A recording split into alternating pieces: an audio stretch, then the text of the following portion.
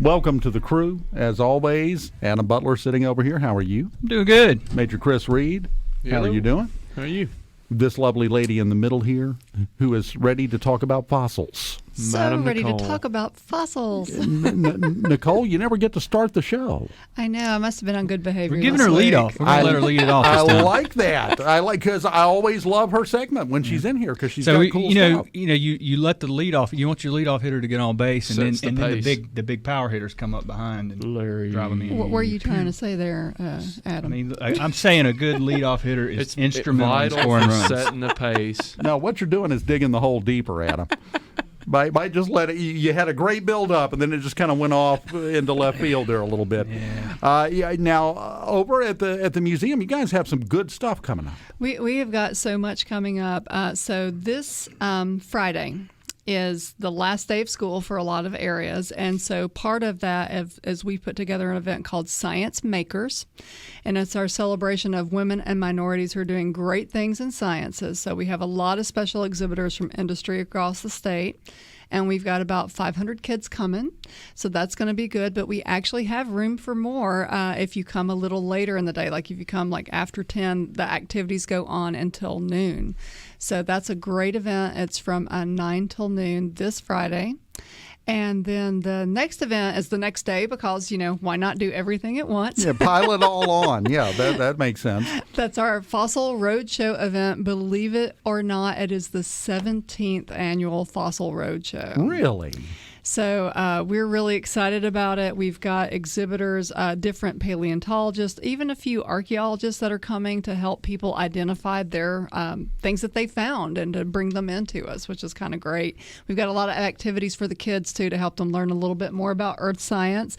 And we're even doing an introduction to scientific illustration during the event with our artist in residence, Sam Beavers, so that kids will come. They'll learn how to do still life with fossils. So that's just kind of like a little extra fun thing that's happening during the event. Very cool. And you illustrate one thing that I think a lot of people don't realize is that we have a lot of fossils that are up for grabs out there in the territories in Mississippi. We are a fossil-rich state. We were under the ocean once upon a time, and so there's a lot of great aquatic stuff here.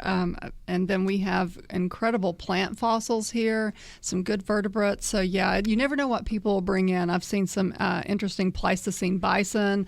I've seen some Eocene whale vertebra come in. I just love to see what people bring. That is fantastic. So anybody that has one and they have no idea what it is other than possibly a fossil, they can bring it up and come on in. We'll tell you what you got. The roadshow is from 10 till 3 this Saturday, and it's complimentary with admission. If you're a museum member, it's free. Science Makers is kind of the same deal, and that's on Friday, but 10 till noon, complimentary with admission, museum members free. That is fantastic. Now, are they going to also have some fossils there on display? Tons. Most of the exhibit is happening in and around the fossil wall display area. Plus, we have some special exhibitors that are coming just to showcase their finds, including the Mississippi Gem and Mineral Society. So that's going to be really great. There's even a gravel fossil dig for kids that they're leading so that you can find a fossil and get it ID'd right on the site. And if the weather's very good, we're going to have the Red Hot Truck Stop pile open. That's a permanent dig site that's at the museum for kids. Real fossils, you can find them. So if the weather's good, get out there, get a little muddy, find some fossils, and then bring them in to have them identified. And then Mom and Dad will be so happy to load the muddy kid in the car and take him home. Oh, yeah, they'll sleep hard that night. It'll be great. If you're a parent, this sounds appealing. I know exactly what you're talking about. So a couple of great events coming up. Anything else on the radar here? Other things to know about. Camp registration is now open. So if you have a summer camper that you need to get registered, now is your time. You can go to our website, mdwfp.com, look for summer camps, and just follow the links and do what they tell you and get registered for that. What's the ages on those? We have a preschool age camp, and we have all the way up through 12th grade. So that's, something for everybody. Each age group has its own specific week. Another thing to know is that this Wednesday upcoming, and I'm saying it now because next week is spring break week, is Pollinator Day. And Pollinator Day is big. So we want a lot of people to come out from that. That's 10 to 12, special exhibitors everywhere. So just come get it. And if you're a teacher and you need your continuing education units, we have a different teacher workshop every day next week. You can register for these for each day or for every day that it's being offered. Can you go to just like one and get some continuing education? Absolutely. Credits? Oh, that's awesome, because that's a big deal. They have to have a certain number. They do, to keep their certifications current. And our workshops are taught by people who have backgrounds in biology, geology. They're also educators. They're kind of a double threat there. And so you can come and spend 6 hours in a day, do a workshop, get 0.6 CEUs, and that contributes to your certifications. Each day is a different topic. Very nice. Do you usually see attendance go up during spring break week? Yes. I kind of figured I knew the answer to that question. Yeah, you're probably flooded next week, I would think. Hopefully with people and not water. Yeah, that's the way to go. Okay, was a poor choice of words. Thanks for pointing that out. Here in this state is kind of a sensitive topic. Yeah. That's a very good point, Major. And these nice gentlemen around me have nice things to tell you about our main topic today. Fishing.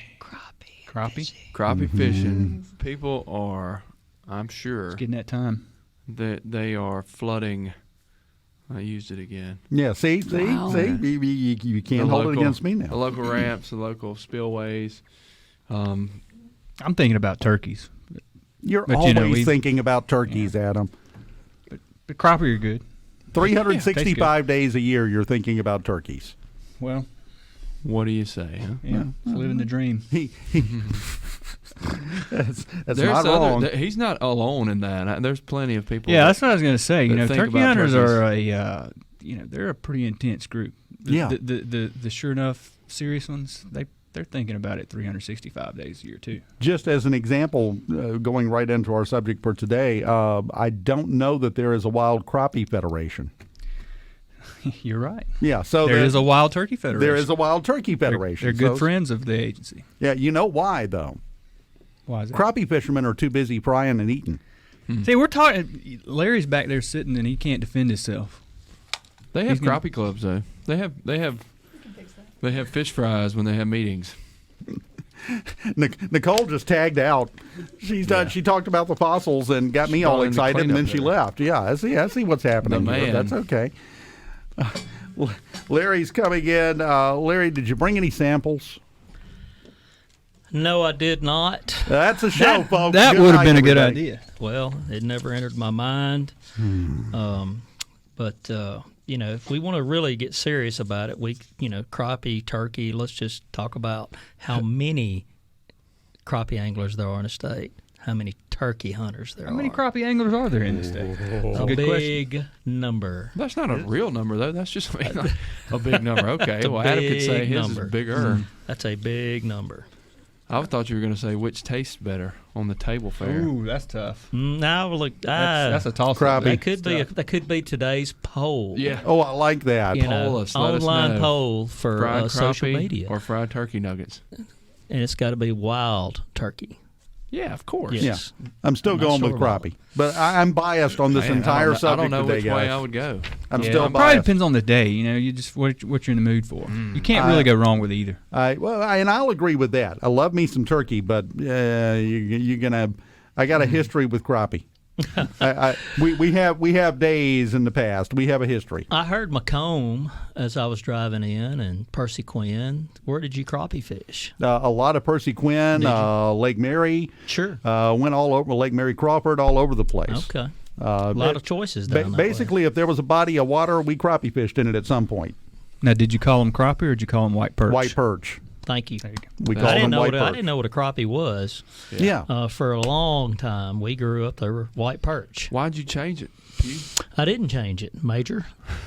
There's like a dividing line. It's like north Yeah. of a certain line, they're Yeah. crappie, and then south of that It's line, about white Highway perch. 82, in my opinion. South of I wanna 82 put it- is white perch. Yeah, that's what I I grew didn't up realize it was calling. that far up. Yeah. Yeah. Louisiana, they're called Sac-a-lay? sockeye. Well, I had to put the southern accent on it. Specs, another common name. Specs? Yeah. Talking about the geese? No, Oh. that's what they call crappie in a lot of places. Specs. But you know Crappie, what? crappie. Everybody calls them delicious. That's true. That's I hadn't true. found anybody yet There's that went, a lot, oh, the man. catch there's and release ethic has not really caught on not, for crappie. not in crappie, no. Right. My grandfather was well aware of the word crappie. He just didn't pronounce it that way. He just went with white perch Yes. instead. Yeah, you Yes. probably heard that too. Yeah. I'm flashing back to better days right now. I'm in a boat in my mind, so It'd be a good day to be on the water I'm kind of tuned out at the moment. or We'll on the bank of continue the spillway. next. Mississippi Outdoors Radio continues. Adam Butler, Major Chris Reed, Larry Pugh here as we are talking about the best possible game species in the state, and that's crappie. To eat. To eat, yes. And sometimes catch. Yeah. Well, it depends on how the day's going. That's true. And it depends on if you have to pass by your favorite hole because somebody's watching, and then you have to circle back around later. Been there, done that. Yeah. Who you talking about watching? Me? Yep. Us watching? Yep. Or like another fisherman? Oh, another fisherman. No, he's talking about decoying other fishermen. Yeah. You don't want to give them the spot. Yeah. No. Are you talking about the grain boat? Well, the favorite thing to do is when you pull up and you've got your spot, you know where it's at, and you're pulling up and there's somebody just sitting there about 50 yards off just watching you, just staring, and you just keep going about another 15, 20 feet past your hole where there's nothing, and then you just sit there and cast for a little while. Then you move off, go to one of your other holes, come back and look at that dingbat sitting there fishing in this place where there's no fish, and you go to your real hole and sit there and catch them in front of them. That's the way you do it. I'm sorry, I digress. Well, crappie anglers are getting as bad as bass anglers in terms of hole watching and hole sitting. But I have noticed over the 45 plus years of angling I've been able to do that crappie anglers are much more social. If you see a boat catch 1 or 2 or 10 that other boats coming into that area doesn't upset crappie anglers like it does bass anglers. So I think it's a much more social event for crappie anglers, unless they're tournament fishing, and that's getting more and more popular through the years is crappie tournaments. I'm just going completely off the script here at this point. In your estimation, what's the most popular way of catching crappie right now? Is it the old minnow, or are we going jigs? Trolling. We're getting high tech. Trolling. Push, pull, some side trolling, pulling crankbaits. People have figured out how to catch crappie 12 months out of the year. And, that's surely an effective way to catch a lot of fish in a short amount of time if they're biting. Now, do you find people, probably you can tell it by the look on their face, that have never really gotten into crappie fishing and they go that first time and then they're kind of hooked?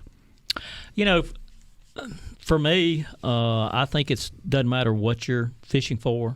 If it's crappie, if it's bass, if it's brim, I think if there's you're catching fish and you're having a good time, I think they're hooked. I don't care what species it is. So with kids, if we're trying to get them interested in fishing, a lot of times it could be at a youth fishing road catching catfish. It could be panfish. That's what we started catching when we were little, was going brim fishing. And because when the brim are bedding, it's pretty easy to catch high them. intensity. Yeah. High odds of catching fish is good, and that's what we try to do. And even when I've carried adults that haven't fished a lot, as long as we have some sort of action, that gets them hooked.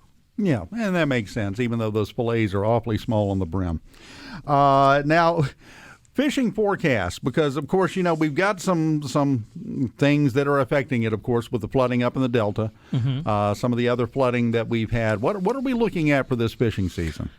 Well, over probably the last 10 years, Mississippi has become really, the national champ, the king of crappie fishing in the country, and with the destinations we have. And so, I challenge our staff each year to, give me an idea so we can get the information out to the public of what the fishing is going to be like based on last year's sampling results. And obviously the 4 flood control reservoirs, Ross Barnett Reservoir, Lake Washington, Pickwick Lake, Columbus Lake, and then a sleeper or two every now and then not many people know about, are the lakes we really concentrate on. Those are the ones that get all the attention.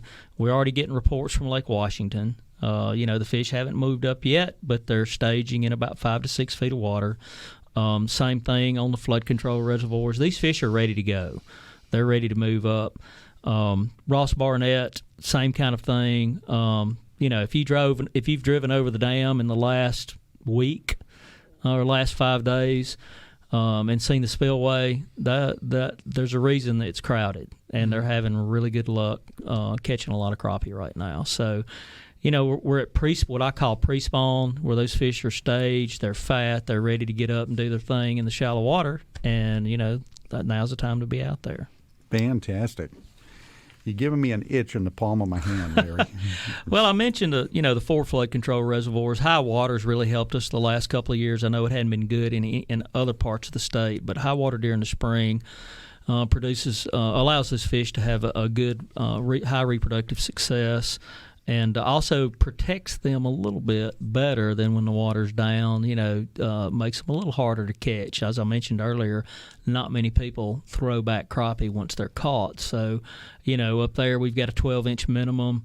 Once a fish is 12 and an eighth, 12 and a 16th, that fish is kept.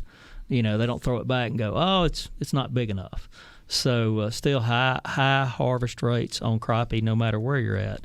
A lake that I always like to mention this time of year is an overlooked lake, in my opinion, based on, where all we fished, is in East Mississippi, near Meridian, called Okeechobee Reservoir.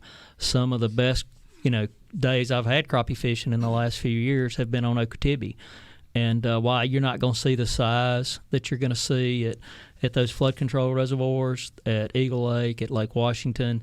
The numbers are very good, and the crowds are nowhere near what you're going to encounter at some of those other water bodies, even Ross Barnett. And it can be phenomenal. Yeah, especially this time of year, the crowd really kicks in on just about all of the bodies of water. Well, if it's bass, it doesn't matter if it's bass fishing or crappie fishing or even cat fishing. If you attuned to anything on social media, you start seeing reports of giant bass being caught. We ain't even touched on that. We're starting to see crappie pictures coming in. I had them coming in Saturday from the spillway on Ross Barnett, and when you're not getting reports, particularly like the flood control reservoirs, that doesn't mean they're not biting. They're sort of like turkey hunters. A lot of times you don't want to get that information out and let people know what's going on. You don't want people hoarding in on your spot, your lake, whatever you got going on. I don't know if Adam was shaking his head in agreement or disagreement. He's agreeing. He's a turkey hunter. He don't want to tell people, where do you turkey hunt? Where are you going to be turkey hunting, Adam? I don't. See, he's not going Leave to tell him alone. anybody.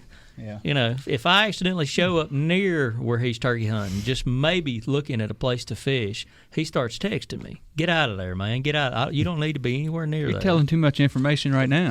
There's See? too many. You're putting too many dots out there that could be connected. Okay, so it's next to water. Okay, Hey, very good. We're narrowing it down here. Very good. To be honest, my grandfather, who's he and my father, of course, introduced me to white perch fishing. I'm just going to call it white perch. Everybody can deal with it. I'm good with that. It's white perch fishing. Sure. They were very much, and especially my grandfather, of that same mindset. You were talking about white perch fishermen being social. Yes. You never polled my grandfather. Because if he got a bite and a boat pulled into view, headed in our general direction, he would fight it. He would dip the tip of his rod down in the water so there would be no splashing, and just very quickly pull it up, and then we would just sit there until the boat went by. Yeah. So, there are those out there that, no, it's not social. This is serious. Serious. On the other hand, we had some epic level fish fries, so it worked out. I'm sure. Well, it's funny. The phones just started ringing off the wall at the office last week. The weather's getting nicer, and more reports are coming in. And we were talking about social media and the internet. And, one thing that was consistently being called in about last week was a change in the length limit on sardis. And we were like, where are these people getting this? We've not put that out. And they said, well, the length limit's been changed to 11 inches on sardis, or y'all have proposed it. And I was like, no, that's not changing either. It was an article from 2011 that had all of a sudden started popping up again, and it has just inundated the office with, hey, why is sardis going to be 11? When is it going to be 11? And that is far from the truth. We've tried to simplify regulations over the years, and all four of those regulations, or all four of those flood control reservoirs have the same regulations. to make it easier because people fish multiple reservoirs during the week. Well, and that's one thing, and you mentioned it earlier, especially white perch fishermen, they travel. Well, and that when we get out and do surveys, and we'll probably talk a little bit about that later today. But one thing we've learned, particularly the last 10 years, those 4 flood control reservoirs, particularly Enid, Grenada, and Sardis, folks will travel. They'll bounce back. If they hear a report, say they're fishing Grenada, and they hear a report that they're biting on Enid or even Sardis, the next day they won't think nothing about going that direction. We've even seen, have interviewed folks that fished multiple lakes the same day. They may fish one that morning and not do well, and then go and try another, Grenada or Sardis or one of the other ones in the afternoon. So crappie anglers are very mobile. They'll think nothing about going to Lake Washington if they hear a report's good over in the Delta. Been there, done that. I know what you're talking about. When we come back, let's talk about the surveys that you were discussing, because some interesting information here. Sure. We'll get into that next on Mississippi Radio, Outdoors Radio, here on the JT Show on Super Talk Mississippi. And it's time for this week's Gateway Getaway. Clark Cove State Park was one of the first CCC, that Civilian Conservation Corps, parks open to the public all the way back in 1938. Located just south of Meridian near the Mississippi-Alabama state line, Clark Cove State Park is a favorite Mississippi recreation spot. The park is one of the most naturally attractive parks in the state. Situated on 815 acres of gently rolling woodlands, this park offers 43 RV sites, 21 cabins, and water sports in the 65-acre Lake Ivy.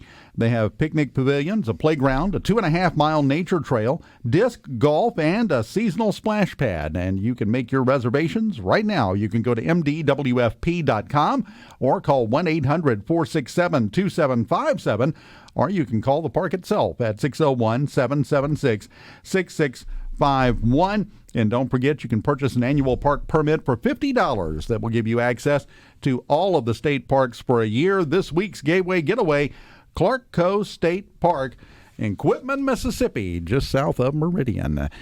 We are talking now, of course, with Adam Butler and Major Chris Reed, who are sitting here waiting for the topic to swerve away from fishing. But Larry and I are quite happy, so we're doing great. Larry Pugh here. This is my only opportunity. Let's stay with it. Yeah, we got to go. We got to roll with this all the way to the end, right?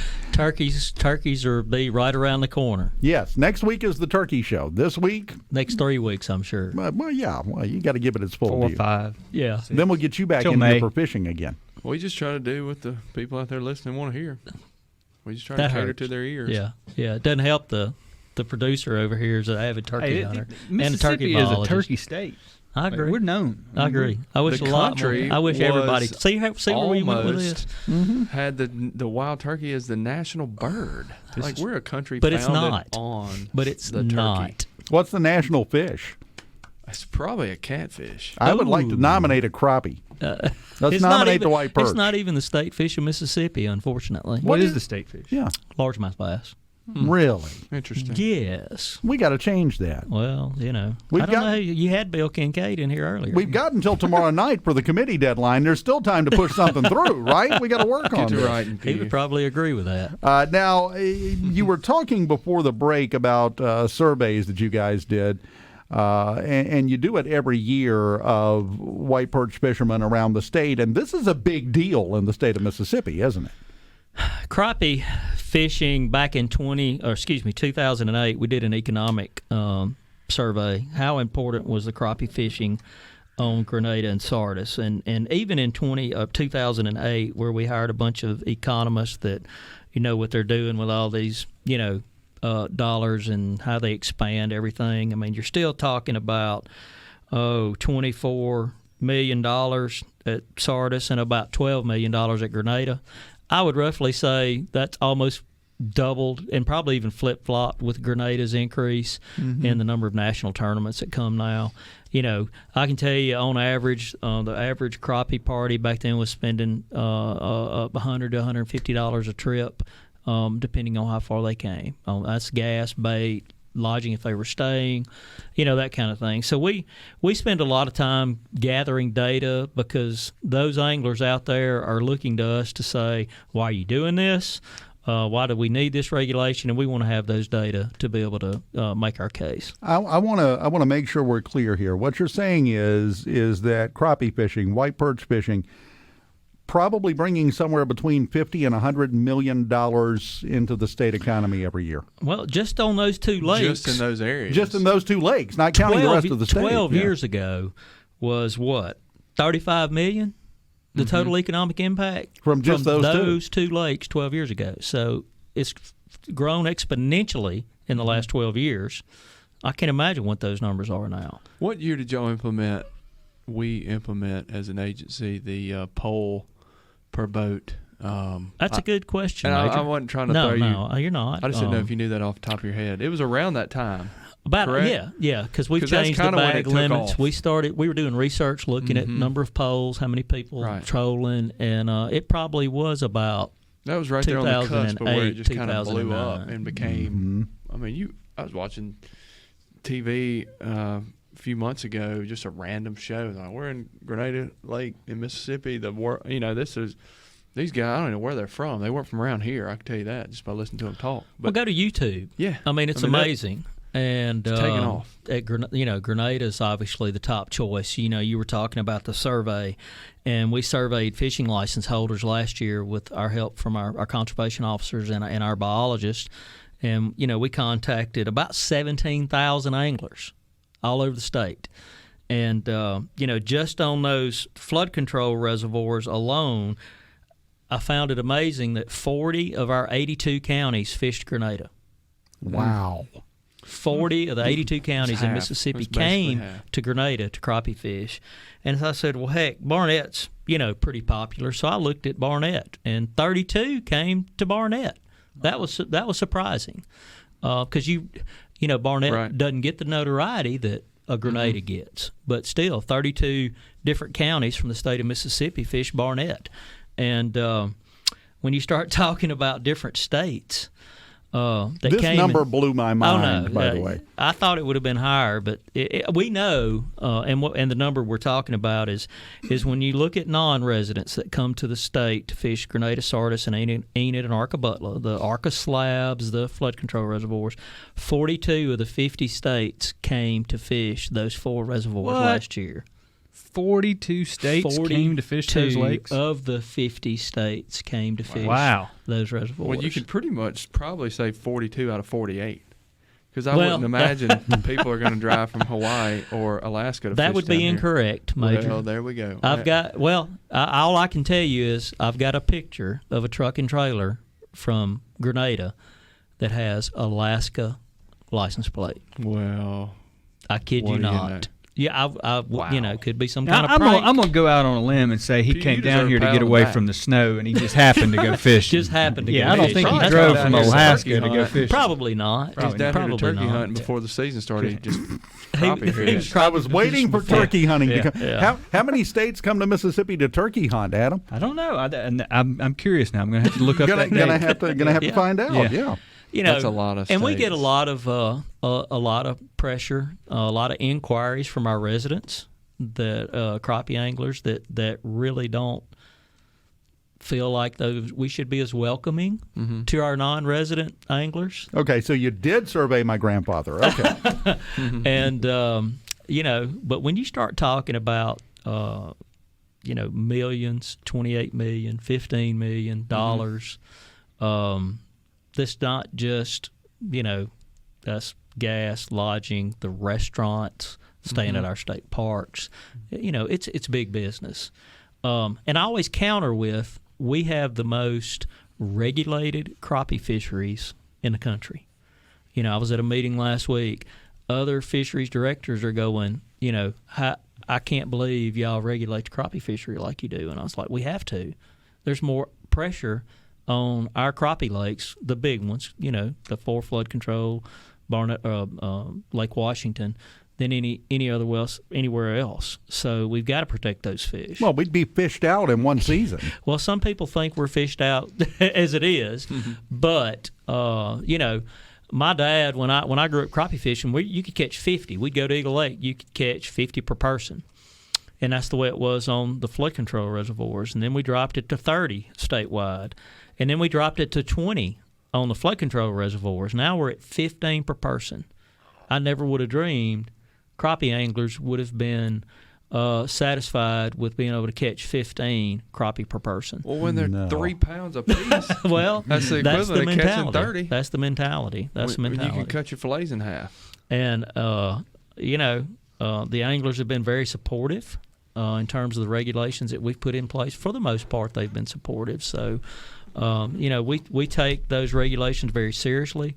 We do a lot of the surveys that we've been talking about, and that's where we come up with what our staff recommends. Well, and I remember those days. 50 per person was the bag limit, and you would go out and you come home with 100 crappie. And it took a minute to fillet them, but not 100. Well, that's because every time we saw you coming, we pulled the boat to the side and didn't show you where the hole was. That's what happened, Larry. But that is important that we have to regulate this and we have to restrict it because, you don't want this yahoo from Alaska coming in here and taking all our fish home.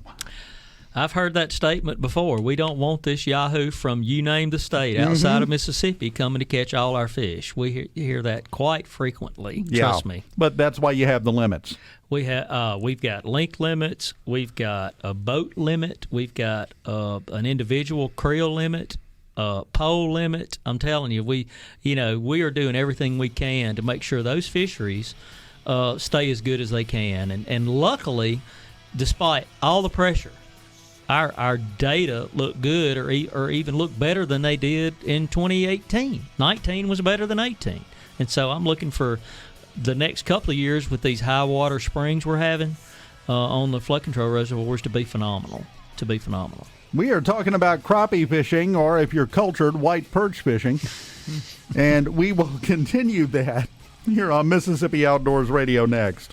Just kind of sitting here soaking it all in as Larry and I are having the time of our lives over here on the show today. It's okay, though. Larry can come back next week. No? You can come back. You can come back. You don't want me here when we talk about turkeys. I've got some good turkey stories. Trust me. We'd like to hear those. That don't involve harvesting anything. Trust me. We need to get Randy Taylor on here. He'd be a good one. I mean, can you shoot him out of the tree? Story time. No. Is that illegal? I can't believe you just said that. It's frowned upon. I'm asked. Is it illegal to shoot one off the roost? It's technically not illegal long as it's within legal shooting hours. I understand that. Right, Major Reed? I mean, if you're after... So the hunt could end quickly. If you admit publicly that you shot one out of the tree, you will be ostracized by the turkey hunting community. That is highly frowned upon. Okay. Just point of information there. It's illegal if it's before legal shooting hours. I understand that. Thank you. Yeah, it's like bacon crappie. Like you can do it, but why would you? Would you shoot ducks on the water? Of course. Of course. Okay, so what's the difference? Have you shot a dove off a power line? Of course. So what's the difference? Because the noble wild turkey deserves more respect than that. Back to crappie. You got to fly down and you've got to call him in. Putting an ethical shot on the turkey. It's obvious Larry doesn't know anything about this. No, there's not a clue. Ironically enough, there seems to be a lot of crawfishing and squirming going on in here. Larry, did you notice that? Look, all joking aside, I fish 12 months out of the year, and I've got other activities, and there's just not room for turkey hunting because I'm afraid I would really like it. And the few I've been on, I love hearing them gobble first thing in the morning. It's nothing like it, but sometimes it just the real serious turkey hunters like the real serious turkey hunters like crappie fishing because it draws people out of the turkey. Oh yeah, woods. I wish more people turkey hunted. Got a question for you, Larry. Came in and said, what do you think is the problem with the low number of fish in the Oxbow lakes? Ooh, that's a good question. Could be a variety of things. Water level. Think about what we've dealt with. High water. But more importantly, what we've learned about the oxbows is not how high the water is in the spring, but what that water does in the fall. So these fish, say Chotard, that's where I grew up fishing. You have a good spawn in the spring, but if that water falls out like it typically does in the fall and gets low, there's not a lot of places for those fingerlings to hide. They're vulnerable to predation. So water level could be an issue. We know that we not could be. It is. And then, I heard the term invasive species on the earlier segment with our house chairman. And, our oxbows are full of Asian carp. And those Asian carp are filter feeders and compete with young fish for food resources and also compete with shad for food resources. So we know the Asian carp are having impacts based on what we've seen the last probably 10 years. Now, you talked earlier, and we were talking about regulating it and changing the limits and whatnot. What are the current limits right now, Larry? And I know that's a fairly complicated question because it's not a one-size-fits-all answer. Well, obviously it depends on which water body you're fishing, and we've got a really good application there on a place on our website, not an app, that we took a map of all the waters that have regulations, and you can click on that water body, and it'll tell you everything there is. And if there's a regulation not listed for a specific species, we tell people, look, that means there is nothing other than a statewide bag limit. That's it. So crappie at where? Percy Quinn. Yeah. Okeechobee. Okay, there's no size limit, 30 per day. You're not going to see it on the map because there's no special regulation. But obviously we talked about our flood control reservoirs. They're 12-inch minimums, 15 fish. We've got pole limits and boat limits that have been extremely popular. Lake Washington and Eagles got 11-inch minimum length limits. Ross Barnett, no minimum length limit, 30 per day. So, as we formulate these regulations, our staff go out, they interview anglers one-on-one. They spend a lot of time with our sampling gear, whether it's a net or a boat, where we actually can count and get sizes for all these fish. So we've got a pretty good idea of what the fish look like in the lake, and we've got a pretty good idea of what the anglers are catching. That's how we formulate our regulations. Very nice. I have enjoyed the show. Get Larry back more often. We invite him all the time. I don't turkey hunt. I'm a fisher. I'm a fisherman. So as we move into the spring and summer months, he'll get more regular. I got no problem with that. I typically do. We start talking about fishing, and I love coming on. So as long as Adam and Chris here are with me, I'm happy. Well, we appreciate that. Fantastic. We are out of time for another edition of Mississippi Outdoors Radio. We'll do it again next Monday at 12:06 when Adam will take over and talk about turkeys for a solid 54 minutes. That's next week. Got to get his time back, right? It's Mississippi Outdoors Radio. Have a good day. Meet you back here tomorrow morning at 10.